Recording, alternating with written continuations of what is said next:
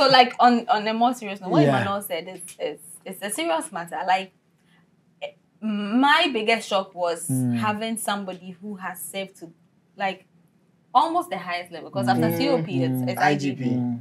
Almost the highest level of the service come out to say he is a politician and make, you know, I respect the other people who came to say, I will do this in camera.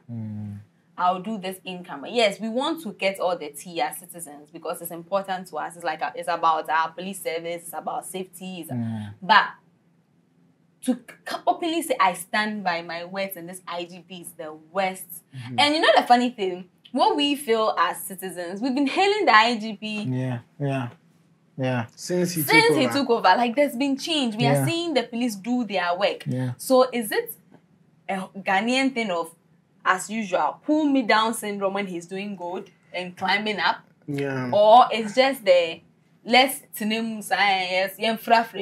Takashi things because they've seen that this is somebody who will do allow them the excesses of power that they have in the police hierarchy. You get what I'm saying? So I think that's where the problem, when he says that like morale is low and all kinds of, and he's like really strict and all of that. I mean, that's what we want. We don't want morale to be low, but we are saying that but we want someone you need to keep the excesses of the police. When I heard this, the question I was asking myself is, why do we do this to ourselves? Like, why do we do this to ourselves as a people? Because this is a man who like came in with a breath of fresh air. You know, the vibe was different. You could tell he was so now it begs the question, is it because he doesn't come forth as a man who wouldn't do their bidding? So it makes him the worst IGP in his 30 plus years of service. And so why do we do this to ourselves? We are always majoring in the minors, promoting mediocrity. So whoever comes forth as being different, holding them to standards, it's a problem. It's a problem. They begin to question that status quo. Clear example of what they like to do. Where is our regional minister? Where is our regional minister? See the fire. His wings have been clipped. See the fire this man came with doing the right things. And people will say things like, do you know who I am? And he doesn't care. He's just doing his job.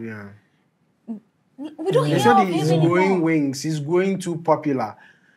The rumors are that, and these are like, rumors that are unsubstantiated, but like, how popular rumors. And who determines he's becoming too popular, he's growing wings. See, whenever politicians make those statements, especially in a system that is not, it's not a system that you can take advantage of when you have power.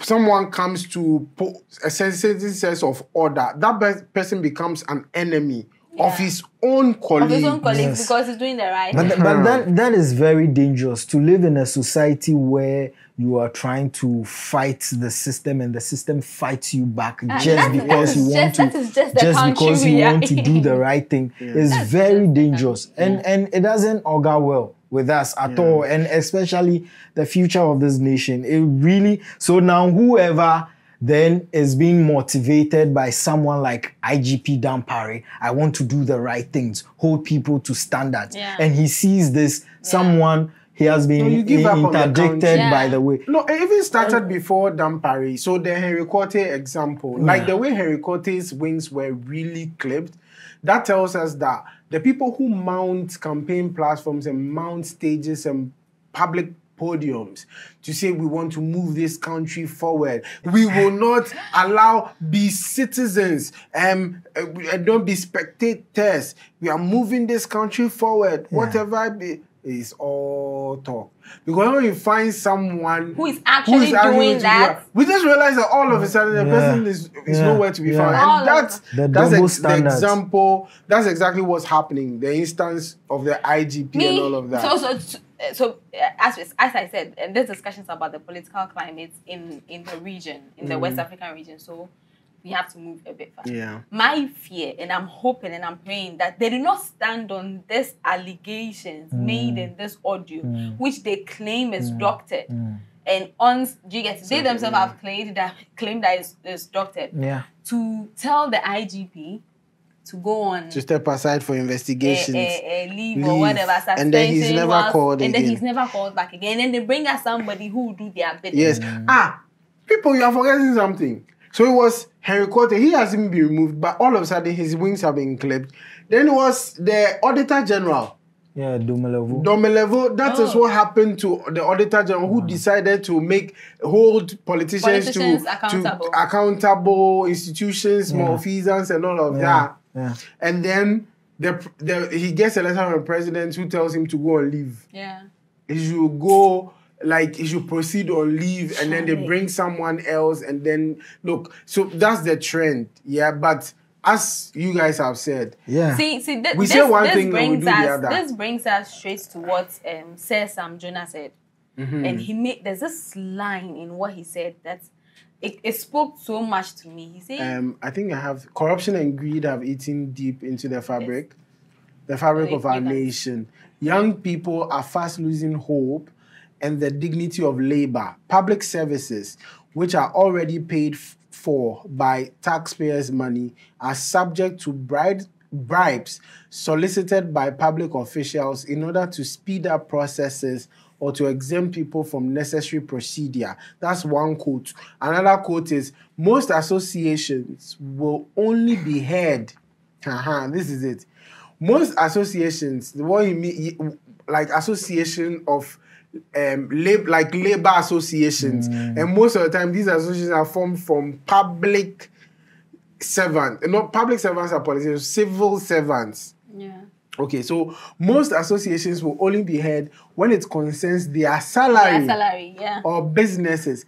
Teachers associations, journalists, nurses, doctors, surveyors, lawyers, accountants, architects, planners, social workers, psychologists, etc.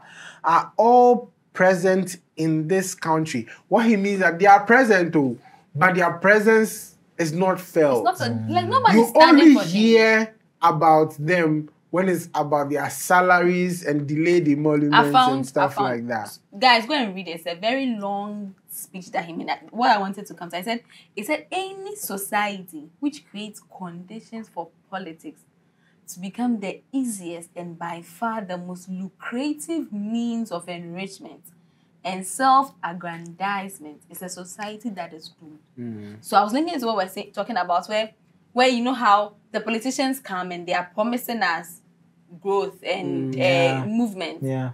But it is a means to enrichment. That is it. Yeah. So if you are the one who's going to put systems in place to keep them from making their money, prevent this thing from happening, massa. Yeah, you'll be moved. And this it's not just. So no one can say it's not just this government. We saw it in the NDC government. The sports minister who traveled and magically he used his stipend to buy Pampers. That issue is an issue that today he still says it was a setup for him, because he decided that he wasn't going to make them loot and share like they always do. So he was set up. Where are we?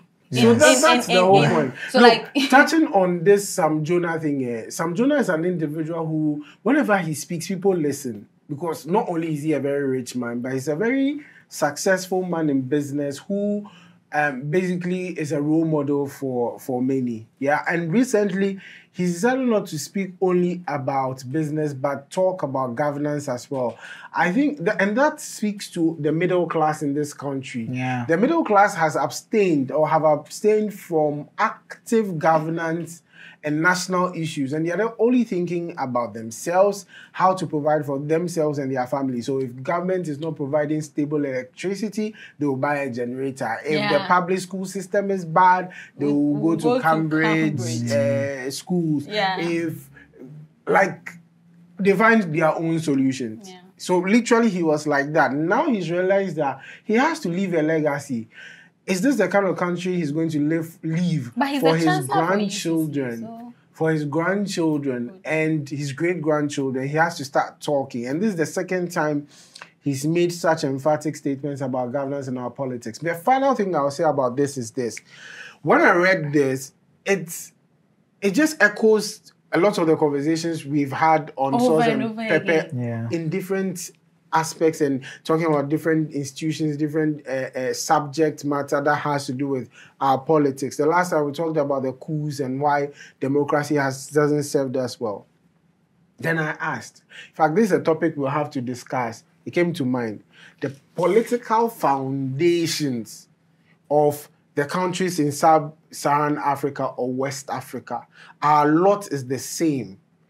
We have to check the political foundations. And I'm thinking, after long coups, and then the Rawlings era that you can't really say was the beginning of democracy for Ghana. So let's start from the Kufuor era. When Kufuor was voted into power, it was fresh. It was newness.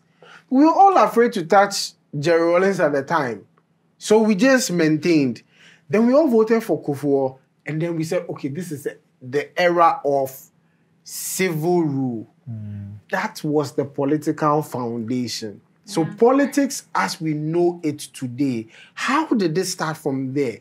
Such that political party financing, cronyism, sharp, what's the name, appointment of head of institutions on party grounds,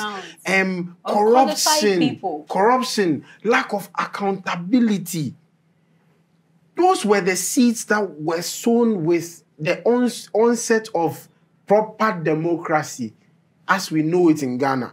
And that has been built on. So we need to check that. It means we need another we need to now reset the foundation, basically.